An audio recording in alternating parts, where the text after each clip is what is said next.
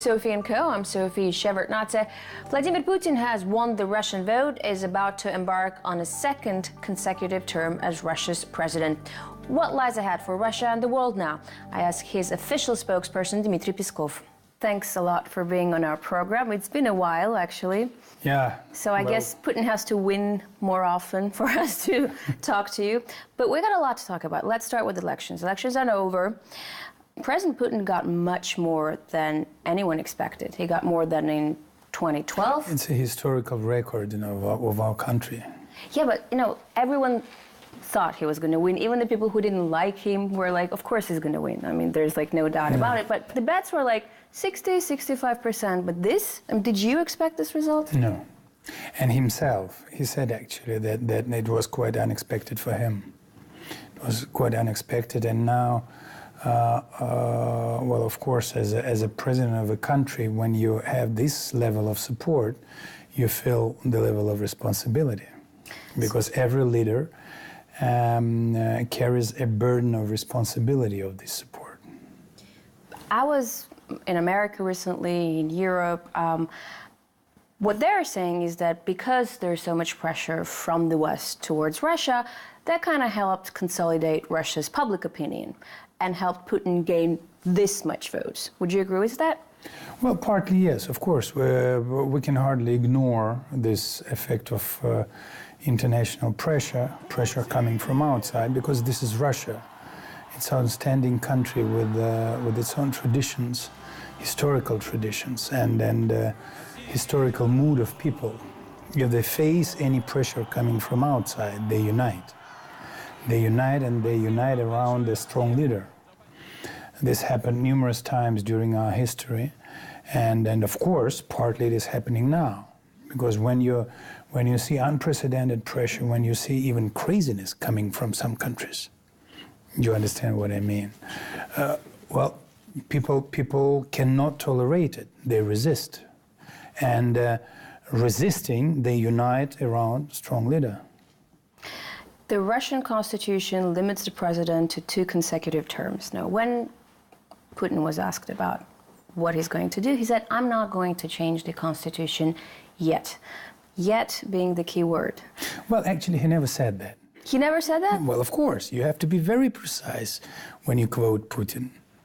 What was his exact quote? Otherwise, he will say that you are like myself. Did you take that seriously? I mean, seriously, he said that... No, he said the question was, have you ever thought and are you planning constitutional reform in this country? Constitutional reform. Not yet. And he said, not yet, but it's not about changing constitution, or it's constitutional reform is more complicated thing. But he said not yet. And you have to be precise in quoting that. So, he never did it before. He never did it in the year of 2008. And he was enjoying, again, overwhelming support of the people of this country.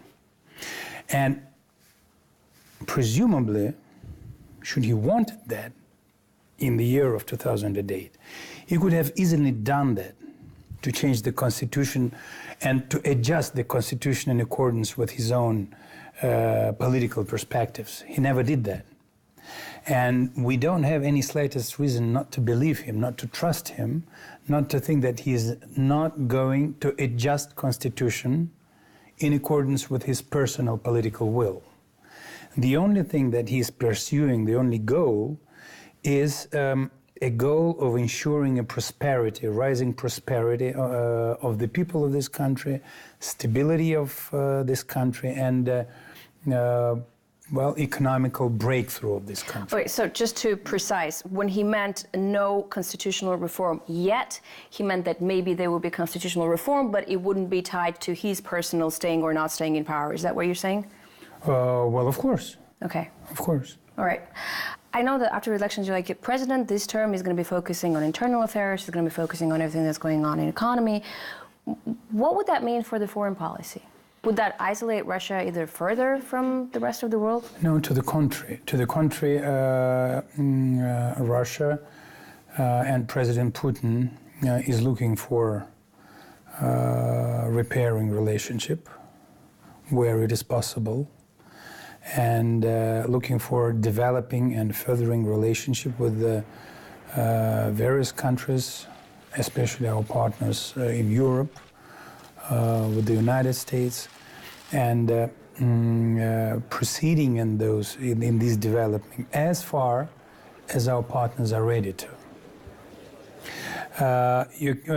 Well, the foreign policy, as far as I can interpret it, in Putin's understanding, the main purpose of foreign policy and international relations is to ensure a comfortable environment for implementing of domestic tasks.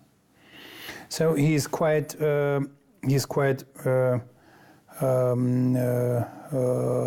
understandable in his domestic tasks. He's got quite a clear plan of development and understanding of preliminary tasks, of secondary tasks, and so on and so forth.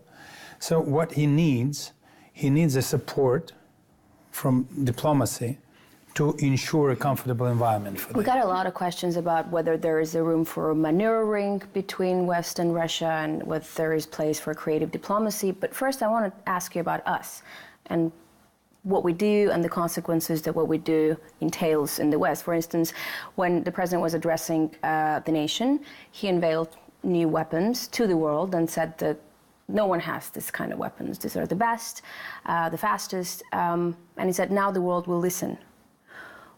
Do we need to show weapons in order for the world to listen to us? I mean, do we not have other means to get our message across? Well, he's been trying to send his message across since the year of 2002 or 2003. I don't remember exactly right now. But when United States abandoned the Treaty of Anti-Missile Defense,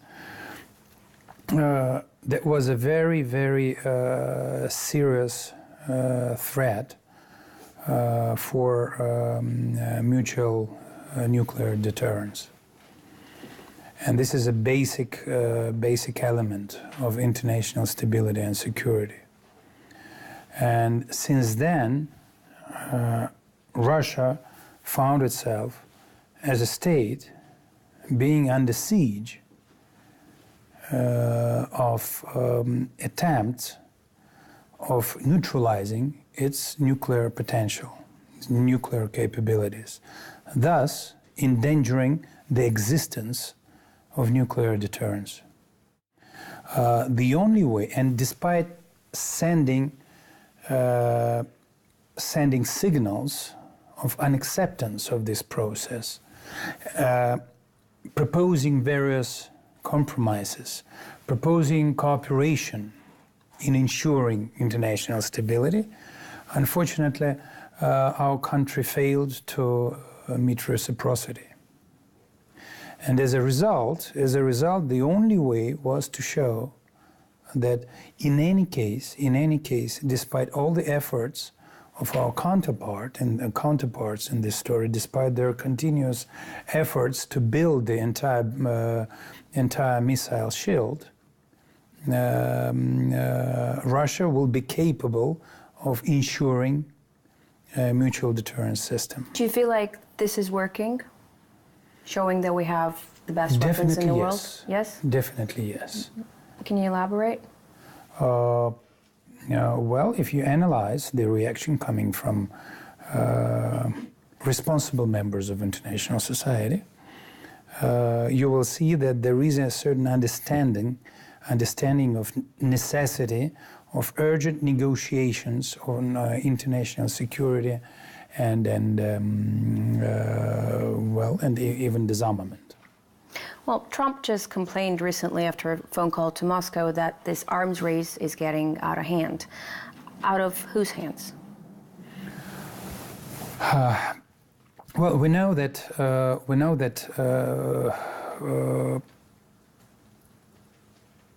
nuclear weapons are made not to be used. They are made to protect. And the main purpose of existence of nuclear weapons is not to be used ever. So they protect and they ensure stability and they ensure this balance.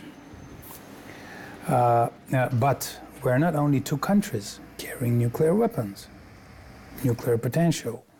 There are other countries, countries that are about to become nuclear powers, or countries who are endangering the world to become nuclear powers, countries that might have become already nuclear powers. We all know that. And all these can lead to change of balance, and that is extremely dangerous, and that needs cooperation between leading nuclear powers to ensure a process of non-proliferation, to cooperate in strategic stability. But I think when he meant the arms race is getting out of hand, he really just meant Russia and the United States. And you know, I was asked this question when I was in America, and I thought it was kind of funny because there's such a discrepancy in Russia's military budget and America's military budget. I mean, there were like $700 billion budget with like 80 billion just bonus this year, and all of our budget is 80 billion. And then it is going to be reduced. Yeah, so how, it's I mean, how can anyone really talk about arms race seriously? Well, of course, we cannot compare our military expenditures. So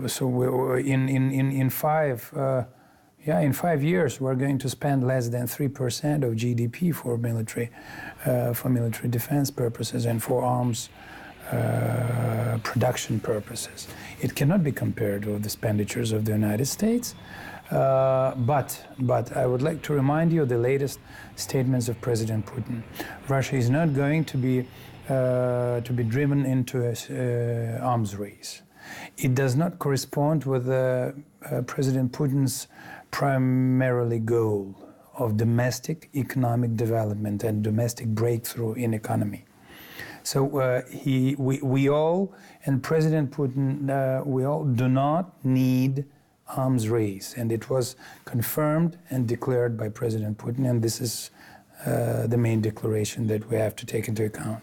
All right, Mr. Peskov, we're going to take a short break right now. When we come back, we're going to continue talking to Dmitry Peskov, Russian president's press secretary. We're talking about everything, relations between Russia, the United States, and Europe. We're talking about the media wars and much more. Stay with us.